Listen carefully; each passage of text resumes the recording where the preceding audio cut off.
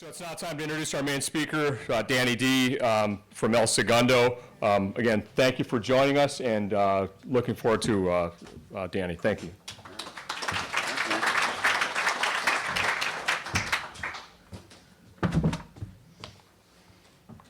There's not a lot of room back here. Hi, I'm Danny, and I'm an alcoholic. Hi, Danny. But I've been in tighter situations than this. I've been in a jail cell designed for 40 people with 120 people. The only place to sit was a stainless steel toilet. Anybody else? Yeah. All right, thanks. Good night. Okay. Thank you so much. Didn't Hillary knock that out of the park? That is not easy to get up here and do a 10-minute talk to encapsulate the hopelessness and then the hope. And you did a fantastic job. Thank you for asking me to come here. Always a privilege and honor to be in speak in an AA meeting or be a part of AA, to be allowed in the room. You know, so nice to with my new friends. You know, we were at the Ritz-Carlton today. The police were not called. They didn't ask us to leave. They even asked us to come back again. That's what happens now. You know, I look around, I'm like, you know, you don't even look like alcoholics, but a few of you do. Deborah, it was such a beautiful day. Catherine, we had such a nice time. Roya, it was really nice. My new friends, Alice from the boat, from Catherine's party, are here, you know, connected. So AA gives you this connection, you know, where like maybe you're sitting here and you don't have your kids anymore, you lost your family, you lost your mom, you lost your dad, and I'm telling you, this room is filled with moms and dads and uncles and nephews and nieces. The family you never had is here, right here in this room. Everything that you need is in here. Can I get an amen? Amen. Can I get a hallelujah? Hallelujah. Love doing that to scare newcomers. We will be selling the big book at the airport tonight. Praise the Lord. I love having fun. So there's a little story for a couple of my friends in here. I don't know if you have, the quietest kept secret in Alcoholics Anonymous, by the way, is the basic text. It's the big book. Right? If you don't have, Jackie? What's your favorite line in the big book? Rarely have it right at the top of chapter 5. Great statistics. Rarely have we seen a person fail. So the fact that Jackie has a favorite line in the big book means that she probably is reading the big book. Of course, she might have just heard them read that at the meeting every time. But if you have, you know, I like asking people when you, if I saw your big book, right, I would ask you, can I look in it? And I would see if you highlighted my favorite line in the big book to see if we have that connection, right? So my favorite line in the big book is on page 132, 17 lines down, 17 lines up, 2 words in. We absolutely insist on enjoying life, because isn't it nice to be out of the bathroom tonight? Where are the people that crawled through the carpet looking for something to smoke? Where are you? Yes! There he is. Vinny? I remembered. Welcome to Earth, Vinny. Welcome out of the bathroom. Life gets huge and big. Smoking drywall days are over for you. You're new, probably you owe everyone money, and they're all mad at you. Welcome to Alcoholics Anonymous. Right? Right. So here's this little story about that page in the big book, right? So I go over to my sponsor's house, and we'll get to my sponsor in my talk later, right? So I go over to my sponsor. I was going in and out for 15 years, and my sponsor never gave up on me. And one of the times when I go over there to do some work over there, my sponsor's on the phone. He's this fantastic person, helps a lot of people endlessly. He's on the phone helping somebody, so I'm waiting for him to get off the phone. And I'm standing there in front of his bookcase, and his bookcase is filled with all these Zen Buddhist books and all these other AA books, and then there's the book that he's been around the planet 20 times teaching the steps. It's got all of his notes in there. It's that big book. And I'm thinking, like, did you ever see Young Frankenstein? When they pulled the candle, the whole bookcase flipped around. I'm thinking, when I touch this book, like the Pink Panther diamond, sirens are going to go off. But nothing happened. I took the book out. I look over my shoulder to see if he's watching, and I just want to see if my sponsor has the same line that I have highlighted. And I turn to page 132, and there it is. Not only is it highlighted, it's bracketed in ink, and it says in the margin, this is Danny's favorite line in the big book. Oh! I start gushing. I look over my shoulder to make sure he doesn't see me because I don't want to embarrass him. I don't want him to know that I know. Because we're men. And now, the line straight through the rest of the page, right down at the bottom, it says, in all capitals, Danny is your favorite sponsee. Oh! The puddle formerly known as Danny. And now I go around, I don't tell him I know. And I go around telling my little inner circle, you must solemnly swear the most solemn oath. What I'm about to tell you should never get back to him. And I tell them this story. So now fast forward about 3 or 4 years ago. I'm 11 years sober. And I'm standing there, a confident man with 7 or 8 years of sobriety. It's the daylight now. And I want to look at the book. I want to favorite, I want to look at it. And he's on the phone again, talking to some senator or something, right? And so I take it out in broad daylight. There it is. This is Danny's favorite line. What? It's my handwriting. Apparently, while I was going in and out, I had taken the book out and wrote it in there so that he would know that that's my favorite line and to remind him that I am indeed his favorite. So I showed him and it was a little, But I am. How many people here think you are your sponsor's favorite? Come on. Come on, Catherine, get your hand up. You know. That's right. Make them ask them while your brothers and sisters are around. Make them tell you. I ask people sometimes, though. I'll go, are you your favorite? Sometimes I go, oh, no. Definitely not. I am not. So, that's a little story I wanted to give my friends. Okay, here we go. My father was a colonel in the Air Force. I grew up an Air Force brat. I used to have 2 brothers. I'm the middle. I'm the scapegoat. Everything was my fault. I have so much potential, and if only I would apply myself. I'm the kid in your neighborhood that no one's allowed to play with. My first recollection of a memory was, I went out. This is wrong. This is not right. Wrong earth suit. Everybody's always mad at me. Everybody's always mad. And my first tool for living, I went out. Out of the car, out of the house, out the window, out of this relationship, away from you. Nope. Don't need you, don't like you. And then people started asking me that question they were going to ask me my whole life. What's wrong with you? What's so wrong with you? What's the matter with you? Why do you do that? Why would you trade her for that drink? Why would you drive away from your daughter, plastered up against the window like Spider-Man, for a cocktail? Why would you trade the audition for the job of a lifetime for that drink? Why? Why? And I didn't have an answer. Not until I read the doctor's opinion that said that I had an allergy of the body, and it explained a lot. I thought I was a loser. I was nothing, right? We used to have this leather belt in my house, right? And my father, I got most of it. And if you put your hand back there and block the leather belt became the belt buckle, right? And it would come, you know how we have these slogans here like, easy does it?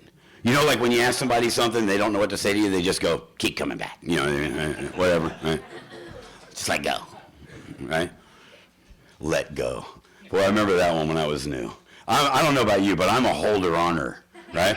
The only time I let go was to get a better grip, right? Let go.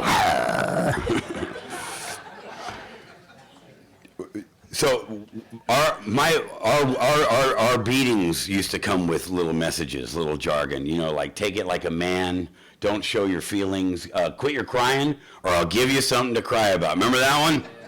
Right, the difference between moms and dads. Moms say, get down from there or I'll break your neck. Dads say, you get down from there or I'll break your neck. Right? Did I say that right? No. Moms say, get down from there or you'll break your neck. And fathers say, get down from there or I will break your neck. Is that better? Yeah. The cake chick. I used to have that commitment, by the way. After 8 years of setting up chairs every Thursday, I was the first guy at my home group, just the black print, to do the cakes. And they called it the cake chick. And I said, don't change the name of the commitment just because I'm doing it. I want to be the cake chick.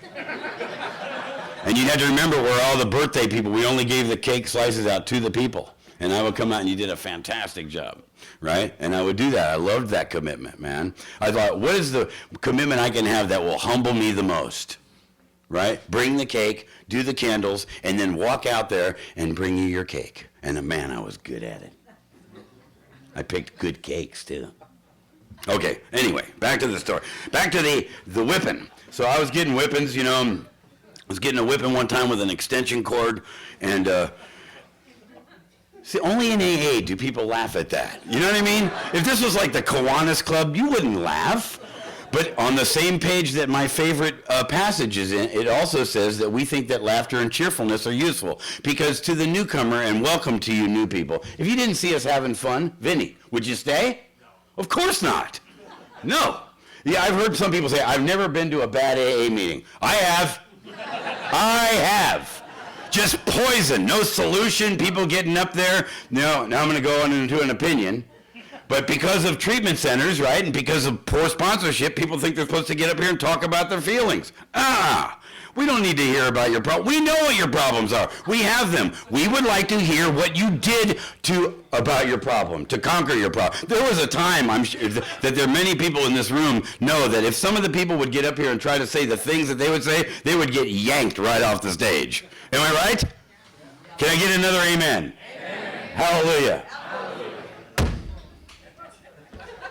Do not come back until you've given away all your pamphlets at the airport tonight. All right. So anyway, that's my first tool for a living. I wanted out, and my next tool I learned that if you hit people hard enough and beat them, they would leave you alone. That's all I had for the first 11 years, right? And so I started going to reform schools and psychiatrists, and I was just, they call it now acting out, seeking negative attention. They didn't have those names then, It was just, right? And nobody ever told me, I had one thing going for me, right? The message that I had was that everything was my fault, that I was never going to amount to anything, right? I would never have the capacity to love or receive love. As a kid, I used to be told that. But I had this one thing going. Every time we'd move, they'd pass out this little, the index card. It was always yellow, right? You move a lot when you're an Air Force brat. And then they say, what do you want to be when you grow up? And never one time did I write, I want to be on a 5150. I want to wake up with a catheter in me. Right. I want to be kicking alcohol in the men's county jail. No. I want to be the next John Bonham, right? I had something that whatever higher power gives us the ability to be artistic and creative gave me time. I could play the drums. That's what I had going for me. I sat behind a set of drums when I was like 9 or 10 years old, and I could just play, right? So that's what I had going for me. So now I'm like 12 years old, never took a sip of nothing, but I'm smoking Camel cigarettes, right? And we're living in Washington, D.C. We were stationed at the Pentagon. My father was head of the Inspector General's office, right? And these kids took me out to this baseball dugout, right? And they had a bottle of Boone's Farm strawberry wine. As my sponsor would say, no grapes involved, right? And I never had a sip of nothing, and I took that bottle, man, and I drank the whole thing. And that thing happened. That thing happened that separates me from the normal person. Suddenly, I felt funny. I felt taller. I felt handsome, right? I felt like I felt like I fit. For the first time, we used to have a speaker named Cubby S in LA, and Cubby used to say, I always felt like a scream looking for a mouth. My whole life, man, I just felt like I was holding my breath the whole time. Just my whole body was constipated. You know what I mean? It just terrified all the time that I was going to get hit or beat, or if you knew how I felt about myself, you know, every time I'd lock eyes with you, you knew what a loser I was. And you just would want me to leave. And when I drank that wine,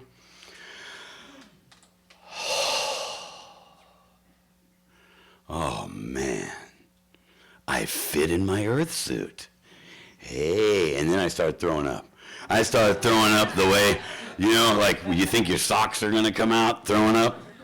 And I remember while I was throwing up, man, if I'm not dead after this, I am doing this again, man. So I had really long hair, I had chunks of strawberry puke all in and I was feeling great. And the next thing that happened, I know this is Alcoholics Anonymous, singleness of purpose. I love Alcoholics Anonymous with everything about me. But here's what happened next. They were passing this thing around, Jackie. It looked like a cigarette, but it wasn't a cigarette. They were going like this. And you know, you want to say, if you haven't done something, you want to say, excuse me, what are you doing? But you can't say that, because then you'll know that I don't know and I'll have to kill you, right?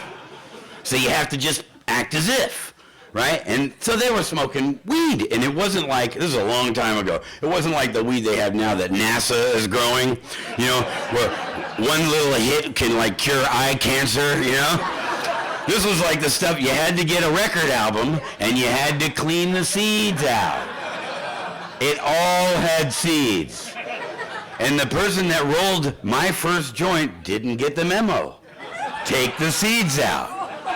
So now I'm getting ready, and I see what they're doing, and I'm going to do it better than them. I have to, right? Pop. The seed pops, sticks to my forehead. It's smoldering, right? I'm covered in strawberry puke, and we're all looking at my forehead, which is smoking. And I'm thinking, well, this is what happens every time you do this. So I'm like, right on, this is good. Easily, hands down, the best day of my life, because finally I was standing with the people I was comfortable. I was comfortable standing with who I was with, doing what I was doing. I was comfortable being me for the very first time. So I knew this is what I'm going to do the rest of my life. I am going to ingest things. Right? Drinkable alcohol, pill form alcohol, snortable alcohol, smokable alcohol, injectable alcohol. It's all anti-Danny medication. That's all it is. It ain't about up or down. It's like, how can I get out of right here, right now? Right here, right now, I'm comparing myself to, you know, look at this handsome dude right here. When I was a kid, dude, I would have looked at this guy and go, look at perfect teeth. Everybody loves him. Probably has 4 girlfriends. Or, you know what I mean? You know, like how you look at people and you're like, I am never going to have friends. I look at people and go, this guy has a job. This guy has a girlfriend. I'm never going to have that. And I'm comparing to how I feel to how you look, and I'm always losing. So if I can ingest enough outside of here and get it in me, I can get out of right here, right now. I can beat the fear, the last emotion I have left. After all the selfishness and the dishonesty and the anger, what's really down there is, it's fear, right? What am I going to lose, or what am I not going to get? That's it. That's it, right? Amen? Amen. All right. So I'll fast forward a little bit because it ain't that much time. What time is it? Do I stop talking? 25. Okay. You know, in my lineage, there was this guy named Norm Alpe. Norm Alpe could give a 4-hour pitch in 45 minutes. I don't know if you ever heard him talk, but that guy, you know? Maybe some of you never heard of him. All right. I found my drink. My favorite drink was Southern Comfort. Improperly named. No one was ever comfortable when I drank Southern Comfort. I just started drinking it. We were living in Texas. My father, that's where the IG headquarters was at Kelly Air Force Base. And you could fit a half pint of Southern Comfort. It's kind of round. and you could fit it in your boot to go to the rock concert. And then, I found a bunch of other things. And what started happening was I started visiting more institutions. I got a beating one time where I remember a switch went off in me, and I thought, I'll tell you later. Sorry. Okay. I was getting a beating one night, and I remember like it was yesterday, a switch went off in me, and I thought, you are never going to see me cry again. Ever. Never. I grabbed the belt. I go, and I said, that's it. That's it. And I brought that all the way into Alcoholics Anonymous. Feelings, if you're new and you feel weird, those are called feelings. That's what they are. They start in your feet, and when they get up to anywhere near where you could feel them, we get rid of them, right? I don't want to feel this, right? I will spend thousands of dollars to not feel, to get to, right? Just right there, flat line, right? That's it. So when I was about 17, I think my father became the commander of Clark Air Force Base, and I was in jail, and they let me out, and my family had moved to the Philippines. Again, more laughter at tragedy. A child thrown away by the people who are supposed to love him the most. Hardy har har. So there I am. I'm in the world. I have no moral compass. I have no anchors whatsoever. Right? I can play the drums, and I'm running around with crazy people. Fast forward a little bit. I'm 19. I'm living in San Antonio, and I hear. Now, I don't know if there are any other liars in the room tonight. Are there any other liars in the room? Anybody? Let's raise your hand. Oh, really? Tony, your arm hurts? Okay, thank you. All right. Right. So I used to lie so much that I have fond memories of things that never happened to me. You know what I mean? You know, like when you're telling somebody some BS, and right in the middle of it, you're thinking, anyway. And our book talks about that. Our book talks about where we can no longer distinguish what is real and what is false. How can I just walk into a room and say, hi, I'm Danny? I'm never enough. I'm a loser, all right? I'm holding a loser. I'm holding a balloon, right? Every time I used to get a beating, I used to imagine, he would tell me all these things. And I felt like, you know when you buy your kid a balloon, you buy your grandkids a balloon, and you got to tie it to their wrist, or else they're going to let go, and you're going to have to go buy them another one. So I always felt like in life I had these loser balloons that I couldn't let go of. And I walked around the planet with these big balloons that said, loser! You knew. Don't answer the phone, don't open the door, don't talk to him, Danny's here. So I always had to be something other than what I was, And I hate you, but I need you to love me. I can't stand you, but I need you to love me. A people pleaser, right? With that big, huge ego, and low self-esteem used to be a goal for me, by the way. When I met somebody with low self-esteem, I thought, hey, I'd like some of that. How can I get some low self-esteem? For a person that has no self-esteem, that is a start in the right direction. To get to esteemable acts, right, I have to have, right, anyway. So, here's the thing I used to lie about the most, right? So, I was playing drums. I had this set of drums that didn't match, right? They had no cases because I'm an alcoholic. So people that have cases for their drums probably don't have a drinking problem. Just saying. People that can bathe every day, just things like that. So I heard that Rod Stewart was looking for a drummer in Hollywood, so that's what brought me out to California. So I put my drums in a Greyhound bus, and I came out, and I was going to be Rod Stewart's next drummer, right? But when I got to the bus station in Los Angeles in the middle of the night, there was a pawn shop open all night. And all my hopes and dreams, man, I just drank them right up. But I told so many people that I played drums for Rod Stewart that when Hot Legs comes on the radio, I admire my own drumming. And I have to check myself when I hear, Stay With Me. Because I learned every one of those songs note for note so that I could lie to people and tell them, yes, I am him. I never made it to the audition. I would show up to auditions with drumsticks and tell them, imagine a drum set. You know what I mean?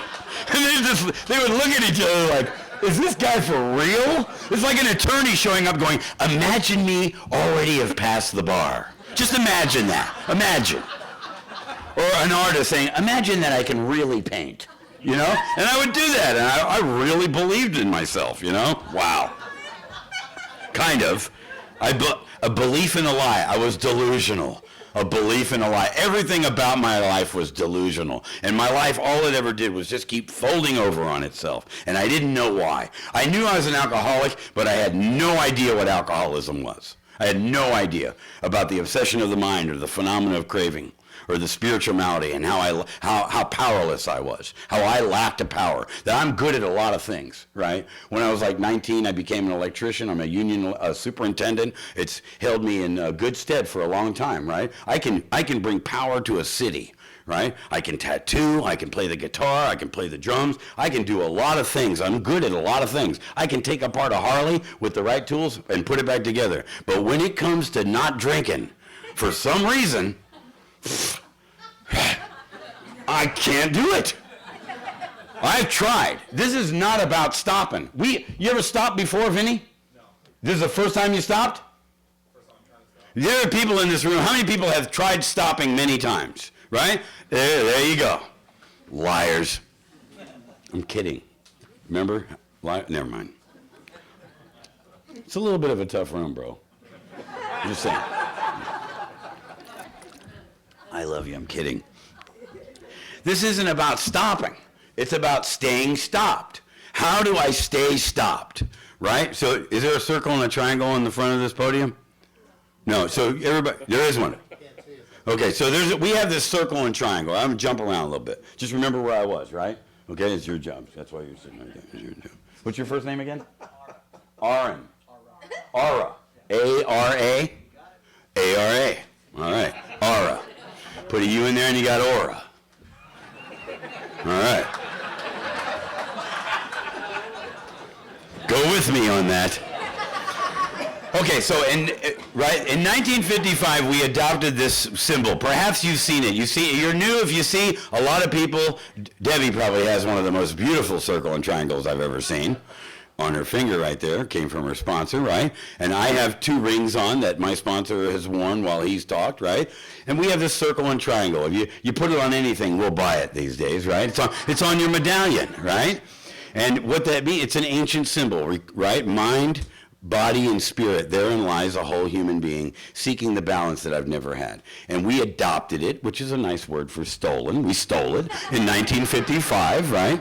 Like I adopted your car, you know. I adopted your TV set, right? And in 1955, we unveiled it and we started using it. I think it came out on the 2nd edition of the Big Book, right? Am I right?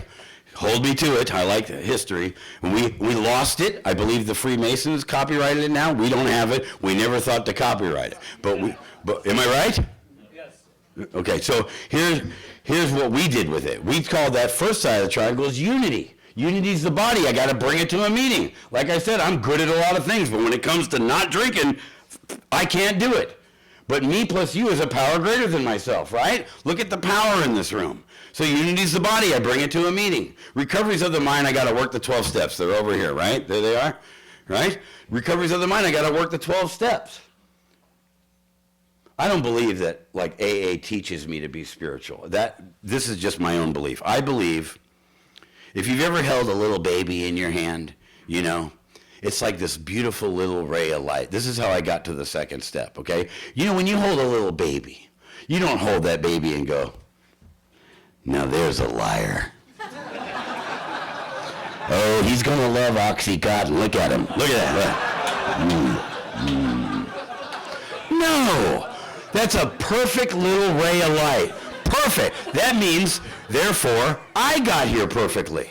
I got here perfectly. I was born spiritual. AA doesn't teach me how to be spiritual. Unfortunately, along this journey of mine, with all those whippings and all those beatings and all that alienating myself and working and running on self-centered fear, I adopted all this ego, and I just run on fear. So what AA has taught me was it gives me, the second side of the triangle, it gives me these exact, precise, it's like the ingredients to a great brownie. There it is. You want to make brownies in AA? That's what you need to make them. There they are. Trust me, if you leave any of those out, the brownie ain't going to taste very good.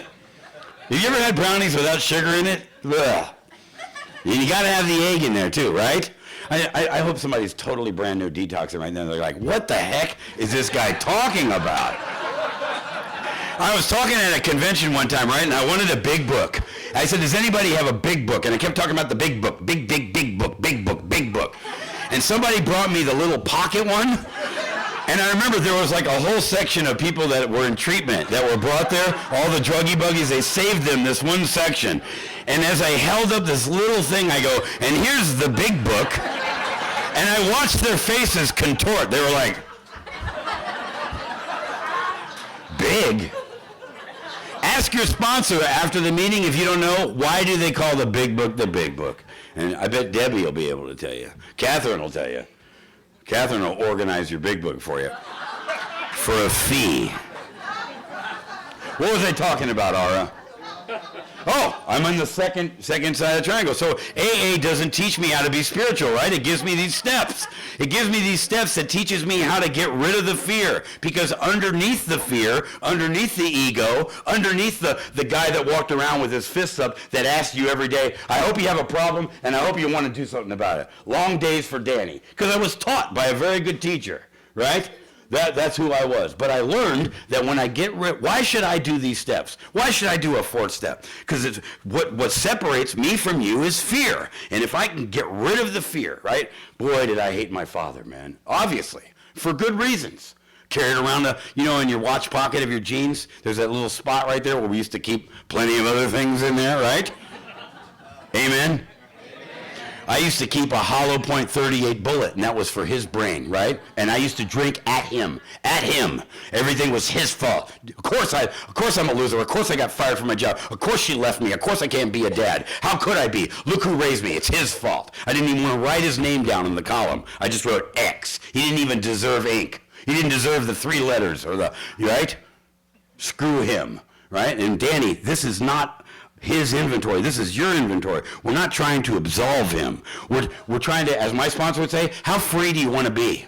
How free do you want to be? Do you want to walk around through life and just not being able to enjoy the most beautiful thing? $600 tickets you paid for at the Greek Theater, and all you're thinking of is, screw him, right? That guy, man, stole a lot of my days, right? So I'm mad at, here, let's do some column work, okay? Why should I do a 4th step? Because I want to get free. I don't want him to own me anymore, right? I am mad at my father. I resent my father. Why? Here's the 62,000 reasons why, right here, right? Beat me, lied to me, beat my mom, blah, blah, blah. How areas affected? Now, I come from a place where we do 4 columns. Anybody, if you want to do 9 columns or 2 columns to that, I say, great. Fantastic. It's not what I was shown. I just do what my sponsor showed me from the big book of Alcoholics Anonymous. So, 3rd column, 7 areas affected. Definitely, my father affected every single area in my life, right? Now the hardest part. What's my part? What is my part? And again, I'm trying to get free, right? I don't want to walk around and blame him anymore. I want to get free. Was I an honest kid? Probably not, right? Did I cheat? Did I steal? Did I challenge my father to fistfights in front? I never used to look at my mom. Now I guarantee you, if I challenge a guy, Vinny, if I challenge you to a fight, me and you are alone, it's going to be a different Vinny from if you're standing there with your girlfriend. Am I right? It's going to be a little different, right? We're men in front of my girl.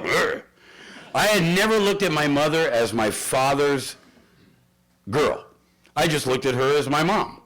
So when I would challenge him to a fight in front of my mom, there's a different guy, right? Now, is that a reason to beat a guy with an extension cord? No, but I'm trying to get free. So I list all these things on my part. I was a liar, a cheater, I was insane, I did crazy things because I want out.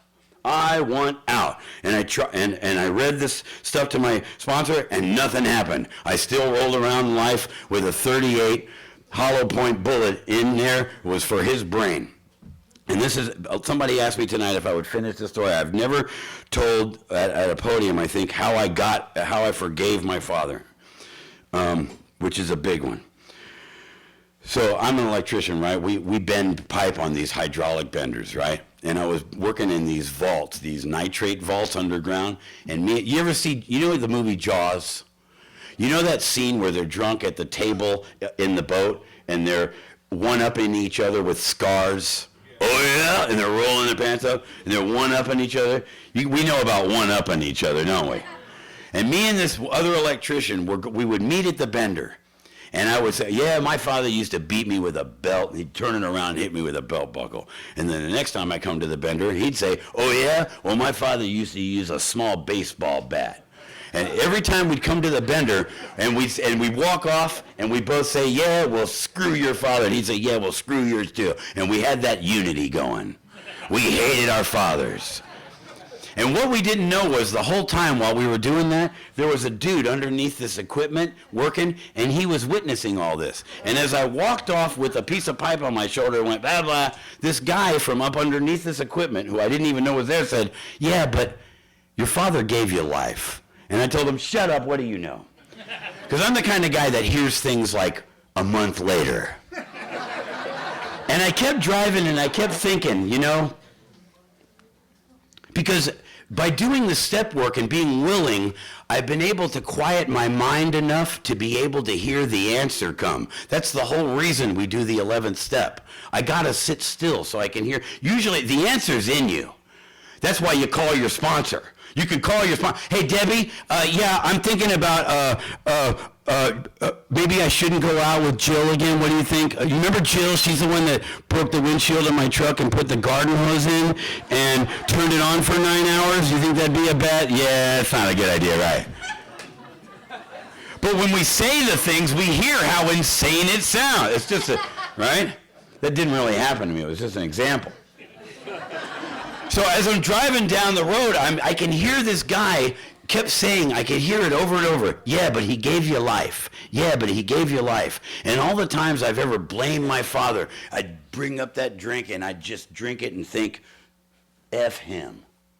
F him. It's your fault. I got fired again. Of course I did. Evicted from another apartment, lost another relationship, in another car wreck, sitting in a jail cell, on another 5150, and it was always his fault. Of course this happened to me. Look how I came into the world. And I kept hearing this guy, yeah, but he gave you life. So I want out. If I want out, shouldn't I be willing to at least, if I'm going to blame him for everything that ever happened to me, shouldn't I also give him credit for every flower I've ever smelled, every sunset I've ever looked at, every beautiful girl I've ever kissed, huh? Being able to hold my daughter in her arms, because he did give me life. And that was my way out. And I kept just starting giving him credit. And without my permission, one day, I pulled up coming home from a meeting into my driveway, and I thought, oh my God. The bullet's not in my pocket.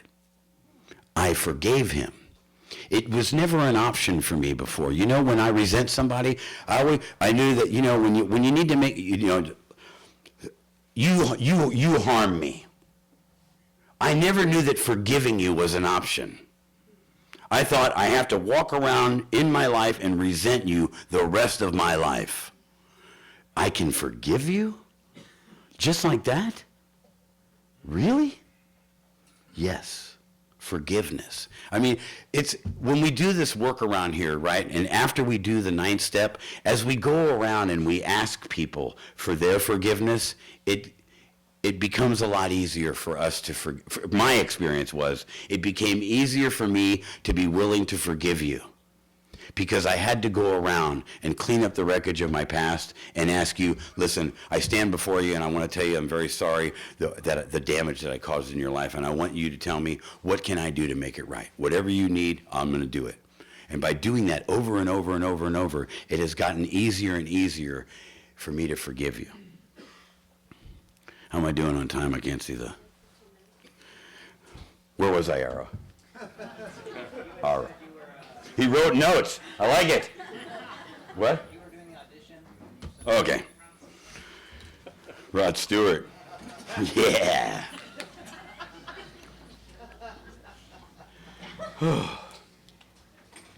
Okay. I was living in Civic Center Park wearing everything I owned when I was about 22 years old. I had holes in my teeth and mats in my hair. I didn't know where my family was. I wanted to be dead, and I was too afraid to kill myself. And I used to hide in phone booths. Did you know we used to have phone booths? Did you know that? You could call someone, and if they, guess what would happen if they weren't home? Phone just rang and rang. These two would be out eating their dinner, not taking pictures of their dessert. Hey, guess what? Hey, Vinny, if you wanted to see their sleeping cat, you had to go to their house. I hear you have a cat sleeping. So I used to hide in these phone booths, right? I used to put my mat of hair in my face because I couldn't let you see me. If you saw me, you knew I was such a loser. And I'm hiding in this phone booth, Civic Center Park, and this is how I got to, somebody put a sticker in there and said, you got a drinking problem? Call Alcoholics Anonymous. So I call, collect. This is Judy. Yeah. And all I could do was cry. I one of two things. I'm either yelling and screaming at you, or I cry. I look like I'm 22. I look like I'm probably 50. I'm iodine-colored, wino. The only two things I could do to get a drink was either run into a liquor store. They didn't keep my drink in the refrigerator.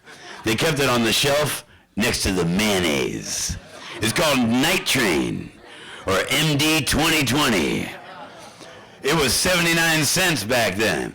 It didn't really stop the screaming voices, but it kept them way back here, right? Way back here. Or I'd go into a bar. Did you know that there are some people on this planet that think that a cigarette butt in a drink is a non-drinkable drink? Did you know that? Rookies. Oh my God. Just like drywall in the carpet's not smokable. The hell it ain't. Watch this, right? I sponsor a guy that injected a piece of bagel chip. True story.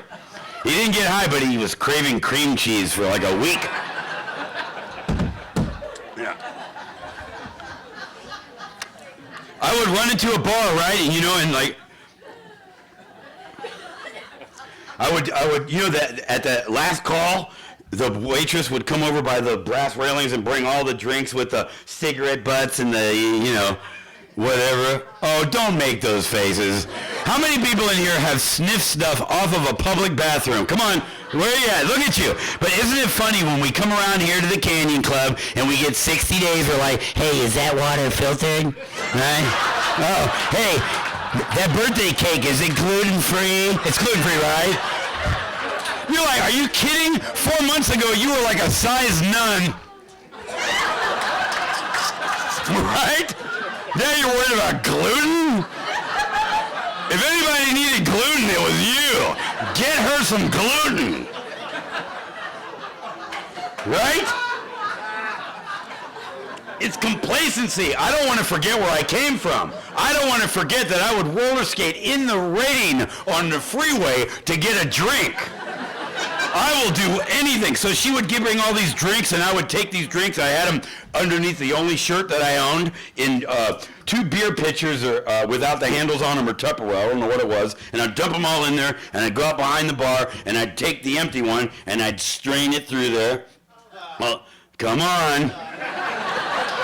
Some people call that pitiful and incomprehensible demoralization. I call it a Long Island tea, right? It's a genius, clever. Just think about all the insane things that we've done to try to get to zero, the absence of pain, right? And now when we think about it, we're like aghast, but at the time we're like, yeah, MacGyver, dude. Because I got to get what I got to get, and I got to get it now at your expense, and that's the problem. At other people's expense. You know, he mentioned, is there anybody in here from Al-Anon? Let me tell you, all the respect that I have for Al-Anon, for the people that loved the unlovable, that didn't deserve to be loved, that hung in there, like page 82 says, while we were roaring through your life like a tornado, right? That's what I call the chapter 2 wives. I called it to everyone who tried to love me. Right? People that hung in there. Think about those people that you sat across from the table when you did it again, when you burned your life down and took them with you, and they're sitting there shaking their head, and they're asking you that same question, what's wrong with you? And you don't know what to say. You can't say, well, lack of power is my problem. I'm powerless, and so what's the solution? Let's finish the...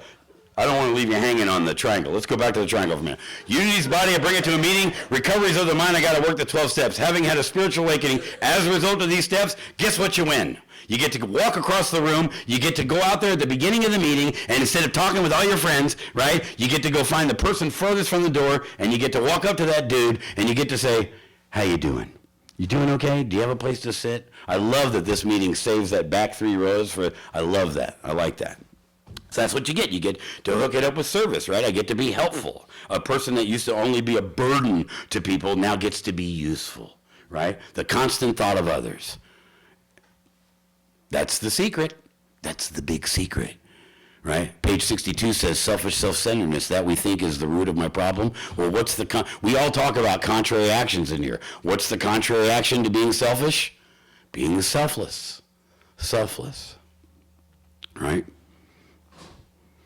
Where was I? This guy's good. Perfect teeth. So I went to my first meeting. How many minutes do I have? Let's see where I should go. How much? 7. I went to my first meeting, and I'll skip all this hug stuff. I used to think the price of admission to an AA meeting was a hug from a dude, which was almost too much to bear. I have been in fistfights with sheriff's departments that were easier than walking into a meeting with only one door and greeters on either side. Oh my God. And then they quiz you with these calculus questions like, how you doing? Again, lost, right? I from 85 to 93, I had 8 years of I sponsor myself untreated alcoholism. You've seen these people in meetings. If you're part of a convention or a conference or a steering committee, you've seen these people. They're these people that are willing to argue for 2 hours over what kind of styrofoam cup we should have. Have you seen these people? You know when you get to the meeting and they want to tell you, don't check, you've seen these people. The ones with the veins sticking out of their forehead. Do you want what I have? No. Look, if you're new and you're looking for a sponsor, look for people that are fun, that are having fun, that are enjoying their life, and ask them, how is it that you're having so much fun, that their life is working, right? My sponsor says a good definition of a sponsor is find somebody who has what they want. If you ask me, go find somebody who has what you want, I would say, hey, listen, I'm looking for a sponsor that allows me to take Percocet, Klonopin, and drink gin. Okay? That's what I want. And also that I don't have to go to meetings or sponsor people. But I want my life to work. What do you got? Little too soon to be throwing it back into my, right? So I'm going to find somebody who has what they want, who's comfortable standing where they're standing, right? Like the faces that I'm looking at. This room is filled with these people, right? They get to the meeting early. They usually sit up front. They have a lot to do with the commitments, right? Those are the people you want to mess with, right? Amen? So, lo and behold, I was only going to meetings, I was going to meetings only for one reason, to ask girls, would you like to go to coffee?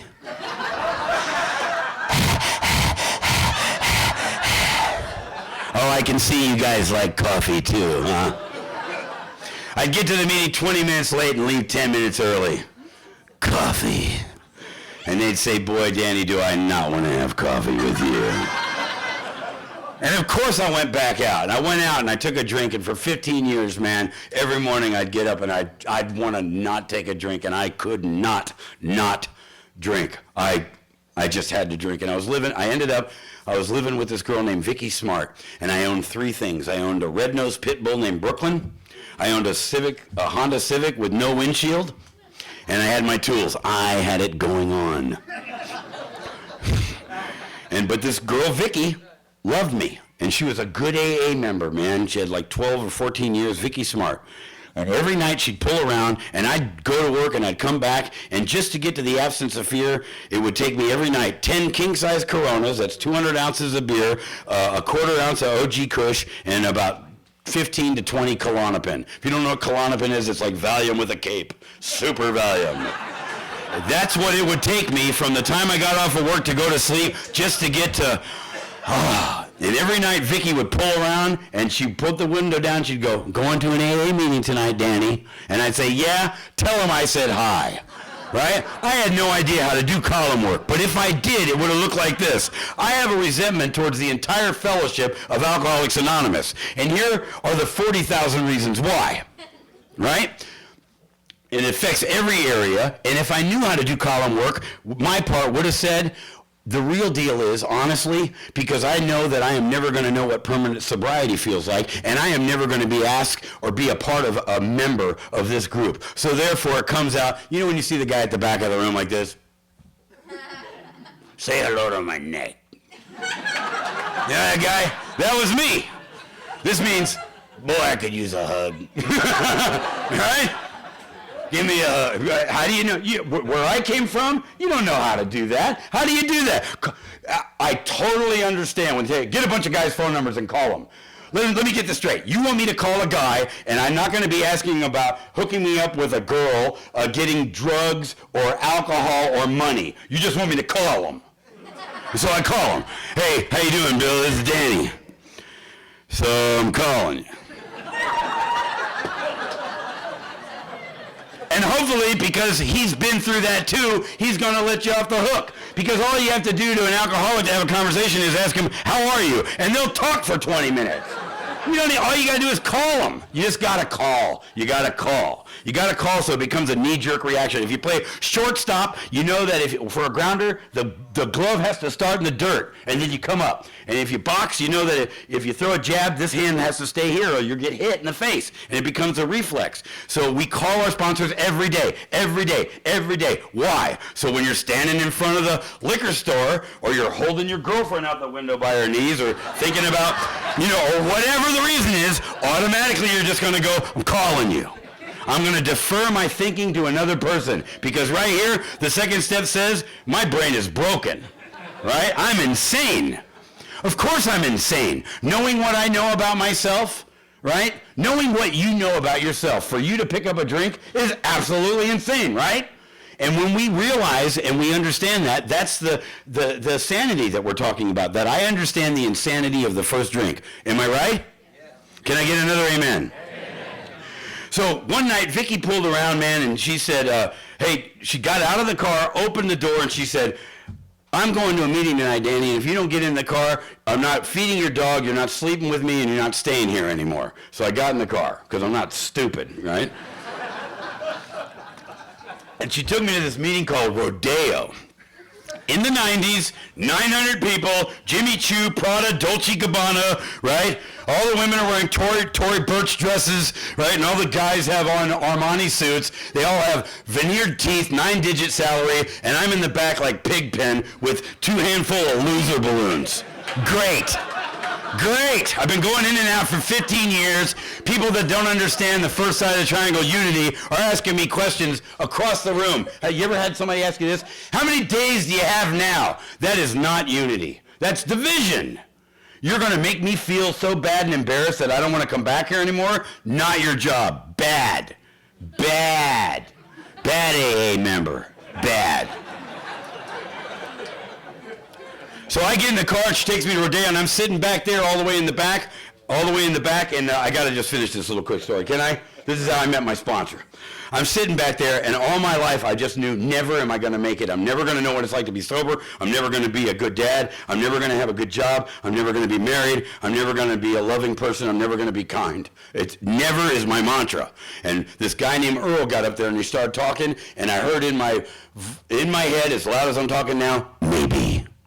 And I said to the guy next to me, what? He goes, I didn't say nothing.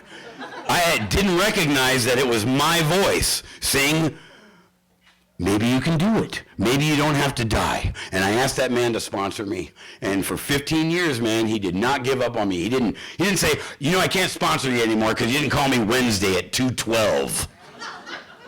Right? He just loved me. He stood in line at the men's county jail for 7 hours to see me for 4 minutes. He drove across California to see me in institutions. He just kept loving me and loving me and loving me. And it was the only thing that was going to work for me was gentle love, kindness, right? He just loved me, man. He didn't tell me about AA. He showed me, right? And that's how I got to maybe. And how I got to hell yeah was my home group, right? You guys got these participation meetings out here where you can't raise your hand? Do you have those? You got to be called on. You know those meetings? Do you have those? It's a great place to get a resentment. Oh, good. Another place that I don't fit, I have to be called on. And tonight, we'll open the participation. If you were asked to be, if you shared last week, please pass it on. We'll start with Judy, who we've called on for the last 10 years every week. Oh! Right? Another place I'm not going to fit, and I'm sitting in there, man. I hate everyone except my sponsor. The only thing I believe that he believes. And the woman didn't get the memo. You know, I had become the guy that shouldn't be called on in my home group. And she says, Danny, would you like to share? And the whole room went, uh-oh. And I turned to Earl. I go, Earl, can I say whatever I want? He goes, go ahead. When sponsor says okay, green light, it's on. And am I right? And I said to this room things that I will not say from this podium, but I said, you're all a bunch of... I can't stand, especially you, Nancy, okay? I hate every one of you. And if I was on fire right now, there isn't a person in this room that would pee on me, man. No one. And it was real quiet. And then 2 rows behind me, Margie, she said, I'd pee on you, Danny. And right then and there, that maybe turned into, yes! Yes, it was like a dark room of somebody turned the lights on and I'm in AA. Yes, yes, yes, I can do this, I can do it. I felt it inside of me and I ran up to my sponsor like you know that dog, you go to somebody's house and they say, whatever you do, don't touch the tennis ball. You touch that ball and all we're doing the rest of this night is the ball. I became that dog. I go, first time I ever asked, it's a great question to ask your sponsor. Instead of telling him what you ate, what girl you slept with, what movie you saw, you know, ask him, what do you want me to do? I said, what do you want me to do? And he said, remember the guy with the neck? There was a guy leaning against the wall, tattoos all over his face, just in there, muscles like a UFC guy. And Earl says, go say hi to that guy. And I'm thinking, are we looking at the same guy? And somehow I became Forrest Gump. I was like, okay. Walked over there. And that's what I've been doing. I've just been contrary actions, man. I've just been doing I do what I don't want to do, and I don't do what I would like to do. Alcoholics Anonymous has given me so much. If you're new, just hang on to somebody, man. Find somebody whose life is working. I'm telling you, this is the deal. If this didn't work, we wouldn't be here. We would not be here, man. Thank you so much. I love you.